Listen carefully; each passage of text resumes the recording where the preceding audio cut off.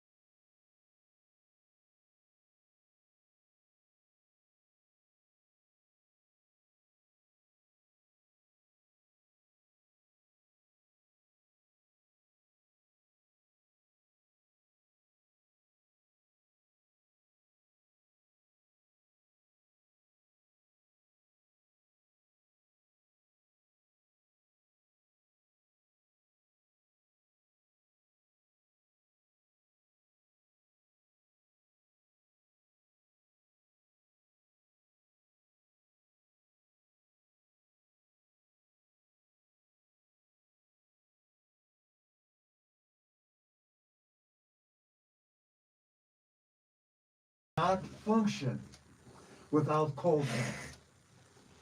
Coltan is an absolutely essential mineral for the functioning of our electronics. The electronics that are used for communication throughout the world now. Coltan is mined, is extracted from the Congo in Africa. Brutal conditions exist for the people in Africa, for the people in Congo. Absolutely brutal conditions.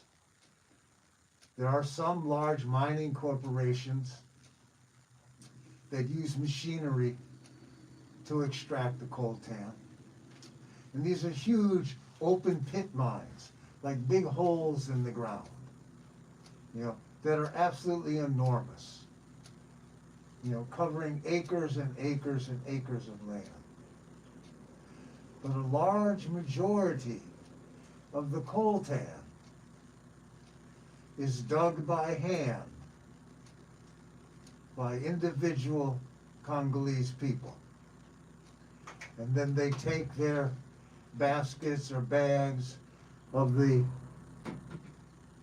rocks that contain the coltan, the earth that contains the coltan, to the big corporation, who then process it. And an absolute minimum is returned to the people in terms of wages or compensation for the labor that's involved. It's brutally hard work. Brutally hard. And it is very dangerous. And it is toxic. Coltan contains, the ore that coltan is in contains bits of uranium and other radioactive isotopes and materials. People are exposed, and cancers grow, and other health problems develop for the people who are forced to work in these mines. People say they're not forced, they have free will, but the objective conditions of their lives, the conditions of the countryside being controlled by those who are doing the extraction, don't allow anything else. There's nothing else for the people to do. And so they are forced to mine in order to survive. Now, I define racism as an ideological philosophy that justifies, supports, and maintains white supremacist organization through the subjugation, oppression, and punishment of African people, and extends to other indigenous people and people of the global majority. There is a view that racism has always existed in the world. This view is a fallacy. It's incorrect. It's wrong. Racism comes into being, is created by European people after they began stealing human beings from Africa, transporting them to the Americas, and enslaving them. They had to have a way of justifying the stealing of human beings from Africa and their enslavement in the Americas. And that justification is the thoughts, the ideas, the theories that develop into an ideology that describes people, human beings, as being inferior, as being less than, as being subhuman. African people were thought of by the Europeans as being subhuman, not as human as the Europeans were, and thus were able to subjugate them. And in subjugation, our natural state is to be free. And so, once a people is subjugated, the subjugators must continually oppress them, becoming oppressors and oppressing the natural aspirations and motions of the people that are being subjected to this brutal, dehumanizing aspects. So these are the way I define these terms. And it's very important for us to understand how things work if we're going to take them apart. This is Mark G., abolitionist on the air with you, getting ready to wrap up. I would like you all to join with me, the Prisoners of Conscience Committee. All of us are none, formerly incarcerated and convicted peoples and family movement. And we say, well, what's the call? Freedom all! Dare to struggle, dare to win. All power to the people. Say Ashe. Ashe.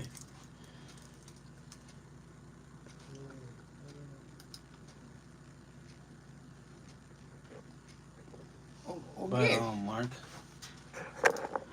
Fire save. You go out with music?